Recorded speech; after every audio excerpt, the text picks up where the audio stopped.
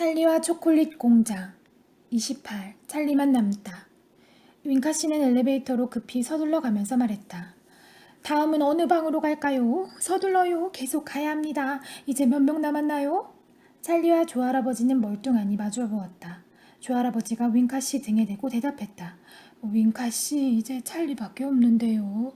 윙카 씨는 휙 뒤돌아서더니 찰리를 뚫어지게 보았다. 잠시 침묵이 흘렀다. 찰리는 조할아버지의 손을 꼭 잡았다. 윙카 씨는 짐짓 놀란 척하면서 물었다. 아니, 뭐만 남았단 말이냐?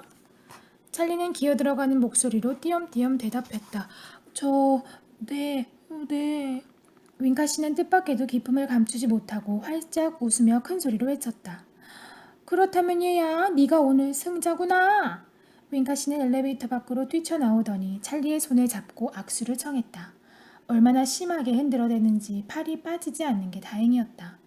오, 정말 축하한다. 진심이야. 정말 기쁘구나. 얼마나 잘 됐냐? 난 네가 될 줄 알았단다. 진작부터 알아봤지. 잘했다, 찰리. 정말 잘된 일이야. 진짜 재미는 지금부터란다. 꾸물거려서는 안 되지. 날이 저물기 전에 할 일이 산더미야. 데려올 사람들도 있고. 정말 다행이지 뭐냐. 우리한테는 유리 엘리베이터가 있으니 자, 타거라. 찰리, 할아버님도요. 네, 좋습니다. 자, 그럼 이번엔 제가 단추를 고르겠습니다. 윙카 씨는 밝게 빛나는 푸른색 눈으로 잠시 찰리를 바라보았다. 찰리는 뭔가 더 기가 막힌 일이 일어나겠구나 하는 생각이 들었다. 하지만 두려운 건 아니었다. 초조한 마음도 아니었다. 그저 너무나 가슴이 벅찰 뿐이었다. 그건 조 할아버지도 마찬가지였다. 윙카 씨의 일거수일투족을 바라보고 있자니 할아버지도 점점 흥분이 되는지 얼굴이 벌겋게 달아올랐다. 윙카 씨는 엘리베이터의 높은 천장 쪽으로 팔을 뻗었다. 찰리와 조할아버지는 학처럼 목을 길게 빼고 천장 단추 옆에 붙은 딱지를 보았다. 상승, 이탈이라고 쓰여 있었다. 찰리는 고개를 갸웃거렸다. 상승 이탈 방이란 방도 있어요? 윙카 씨가 단추를 눌렀다. 유리 엘리베이터의 문이 닫혔다. 윙카 씨는 소리쳤다. 꼭 잡아요. 그러자 피용하고 마치 로켓처럼 엘리베이터가 치솟았다. 야호! 신이 난 조할아버지가 외쳤다. 찰리는 할아버지의 다리가랑이를 꼭 붙들었다. 윙카 씨는 천장에 달려있는 손잡이를 잡았다. 엘리베이터는 모퉁이를 돌지도 않았고 방향을 바꾸지도 않았다. 곧장 위로만 올라갔다. 엘리베이터를 스치는 매서운 바람 소리가 들려왔다. 조 할아버지는 마냥 신이 났다. 야호, 만세, 간다. 윙카 씨는 엘리베이터의 벽을 손바닥으로 치면서 소리쳤다. 속력을 내라, 더 빨리, 더. 지금 같은 속도로는 이탈하기가 쉽지 않을 텐데. 조 할아버지가 물었다. 이탈이라니요? 어디서 이탈한다는 말입니까? 아하, 제가 이 단추를 누르고 싶어 얼마나 오래 참았는지 모르실 겁니다. 지금까지 한 번도 눌러볼 기회가 없었거든요. 정말 여러 번 유혹을 느꼈었지요. 하지만 엄청난 구멍을 낼 용기는 없었거든요. 자, 갑니다. 상승, 이탈. 조 할아버지는 믿기지 않아서 제대로 말을 잇지 못하고 더듬거렸다. 설마 진심은 아니죠? 이 엘리베이터가 정말... 아, 짐작하신 대로입니다. 어르신, 자 보십시오. 상승, 이탈. 조 할아버지는 겁에 질린 목소리로 겨우 말을 이었다. 그렇지만 이건 유리 아닙니까? 산산조각이 날 텐데요. 윙카 씨는 한층 고소된 목소리로 대답했다. 그럴지도 모르지요. 하지만 두께가 꽤 되니까요. 엘리베이터는 슝 위로만 솟구쳐 올라갔다. 점점 속도가 빨라졌다. 갑자기 쾅 하고 나무가 빠개지고 기아가 산산조각나는 엄청난 파열음이 머리 위에서 들려왔다. 조 할아버지가 소리쳤다. 사람 살려, 이젠 끝이구나. 이제 끝장이야. 윙카 씨가 진정시켰다. 아니에요, 아닙니다. 공장 밖으로 나온 것뿐이에요. 정말 엘리베이터는 공장 지붕을 뚫고 나와 로켓처럼 하늘을 날아가고 있었다. 유리 지붕으로 햇살이 쏟아져 들어왔다. 5초 만에 엘리베이터는 300m나 올라가 있었다. 조 할아버지가 말했다. 엘리베이터가 잘못된 거 아니야? 그건 걱정일랑 접어두십시오. 윙카 씨는 차분하게 대답하더니 또 다른 단추를 눌렀다. 그러자 엘리베이터가 멈추었다. 더 이상 움직이지는 않았지만 공중에 그대로 떠 있었다. 마치 그림 엽서를 보듯 발 아래 펼쳐진 마을과 공장 위로 떠 있는 헬리콥터처럼. 찰리가 아래를 내려다보니 저 멀리 하얀 눈을 수북히 뒤집어 쓴 집들과 거리가 한눈에 들어왔다. 유리바닥에 서 있자니 두려우면서도 야릇한 기분이 들었다. 마치 아무것도 디디지 않고 공중에 떠 있는 기분이었다. 조 할아버지가 물었다. 괜찮을까요? 이 엘리베이터 이렇게 공중에 떠 있을 수 있는 겁니까? 윙카 씨가 대답했다. 설탕의 힘이죠. 그러다가 갑자기 아래를 가리키며 윙카 씨가 소리쳤다. 저기 다른 아이들이 있군요. 집으로 돌아가나 봅니다. 29. 아이들 집으로 돌아가다. 자, 나머지 볼일을 보기 전에 내려가서 친구들을 한번 봐야겠네요. 윙카 씨는 또 단추를 하나 눌렀다. 그러자 엘리베이터가 아래로 내려가기 시작했다. 순식간에 엘리베이터는 공장, 정문 바로 위까지 내려왔다. 찰리가 내려다보니 아이들과 부모님들이 정문 바로 안쪽에 옹기종기 모여 서 있는 것이 보였다. 찰리가 말했다. 3명밖에 안 보이는데요? 누가 빠진 거죠? 윙카 씨가 대답했다. 마이크 TV 1개다. 곧 나오겠지. 저 트럭 보이니? 윙카 씨는 정문 가까이에 일렬로 세워져 있는 화물 트럭을 가리키며 물었다. 네, 보여요. 무슨 트럭일까요? 황금빛 초대장에 뭐라고 쓰여 있었는지 기억나니? 평생 먹을 사탕과 초콜릿을 선물로 준다고 했잖니. 트럭에 과자로 꽉꽉 채워준다고 했지. 아하, 저기 우리 친구 아우구스투스 굴룹이 가는구나. 보이니? 부모님과 함께 맨 앞 트럭에 오르는구나.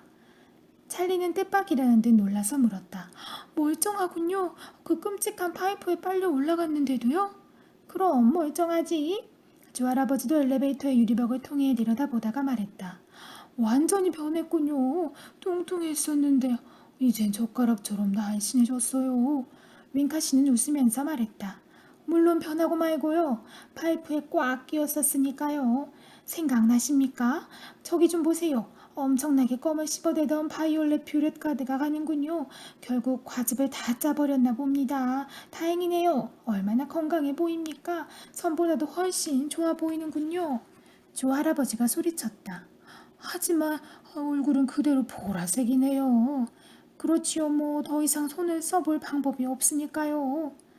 찰리가 말했다. 불쌍한 버루카 솔트와 부모님을 보세요. 쓰레기를 뒤집어 썼네요. 그때 조 할아버지가 외쳤다.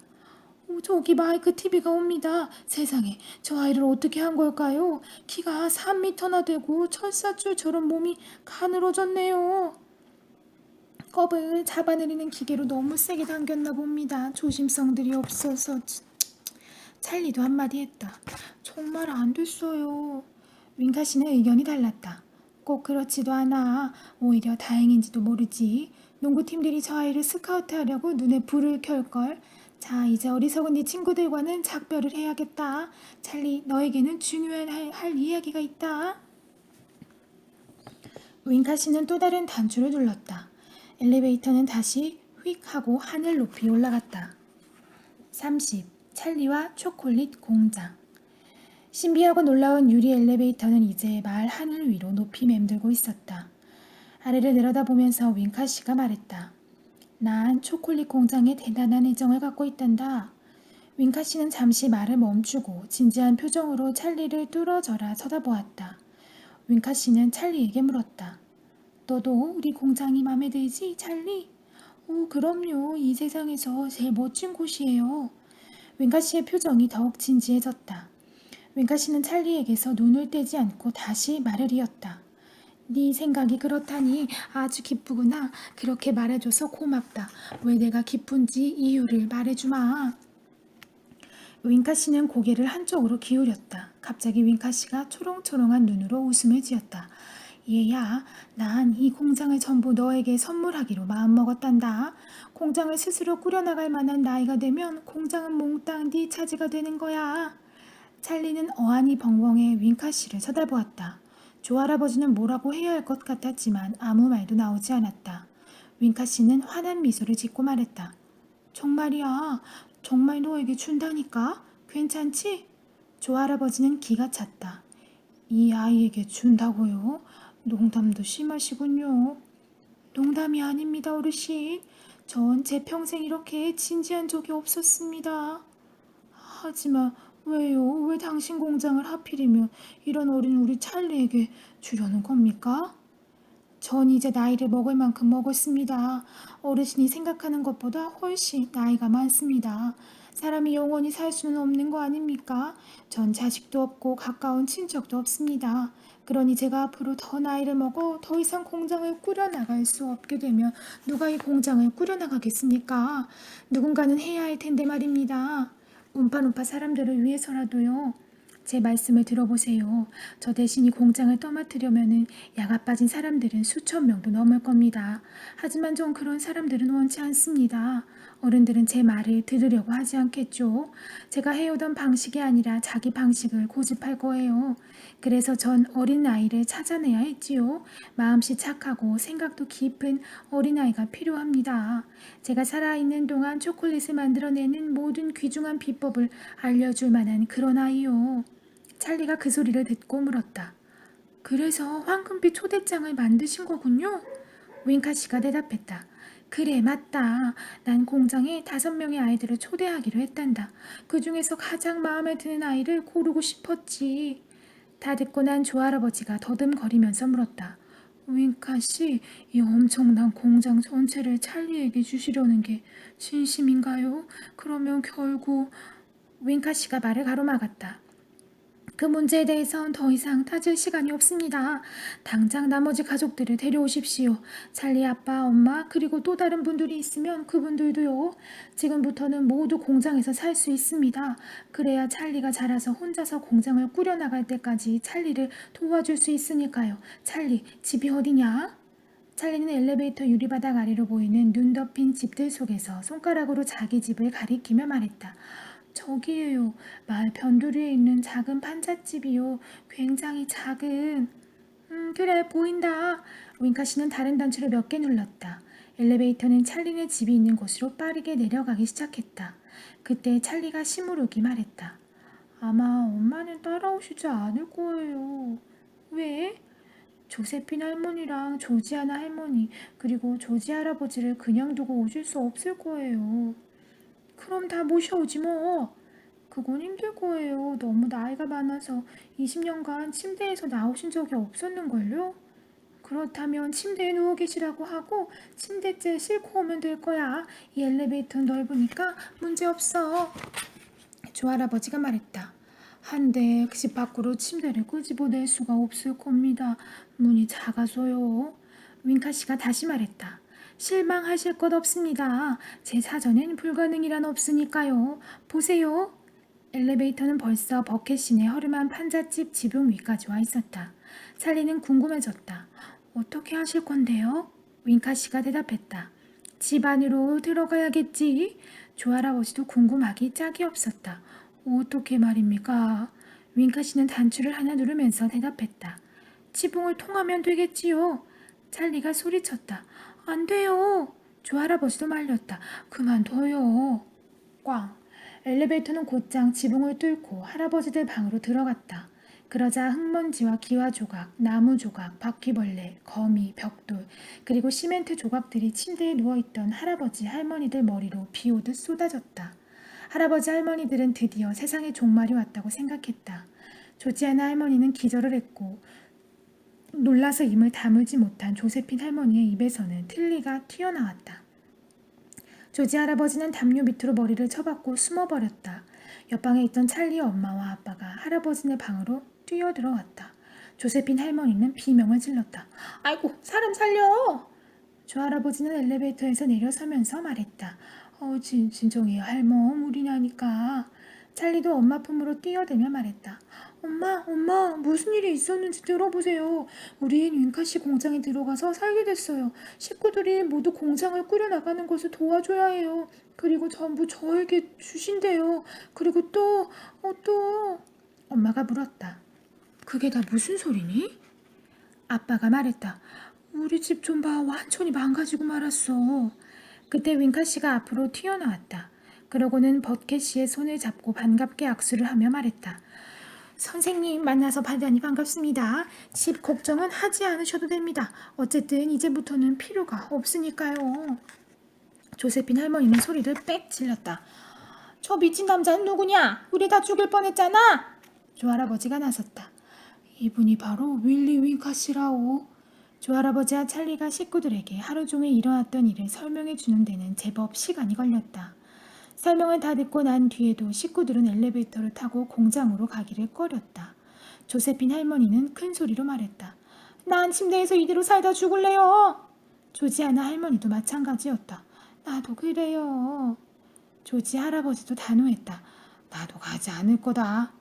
그래서 윙카시아 조할아버지 그리고 찰리는 싫다는 노인들의 말은 들은 척도 않고 침대를 엘리베이터 안으로 밀어 넣었다. 그 다음 엄마와 아빠의 등을 억지로 떠밀어 넣었다. 그러고 나서 세 사람도 올라탔다. 윙카시가 단추를 눌렀다. 문이 닫혔다. 그러자 조지아나 할머니는 비명을 질렀다. 엘리베이터는 마룻바닥을 박차듯 뛰어오르더니 지붕에 난 구멍을 통해 드넓은 하늘로 치솟았다. 찰리는 침대에 올라앉아 새파랗게 질려있는 할아버지와 할머니들을 진정시키려고 했었다. 겁내지 마세요. 정말 안전한 엘리베이터라고요. 그리고 우린 세상에서 가장 멋진 곳으로 가고 있는 거예요. 조할아버지도 맞장구를 쳤다. 찰리 말이 맞아요. 조세핀 할머니가 물었다. 거기 가면 먹을 건 있니? 배가 고파 죽을 지경이란다. 우린 모두 배가 너무 고파. 찰리는 웃으면서 대답했다. 먹을 게 있냐고요? 오 세상에 일단 가서 보시라니까요.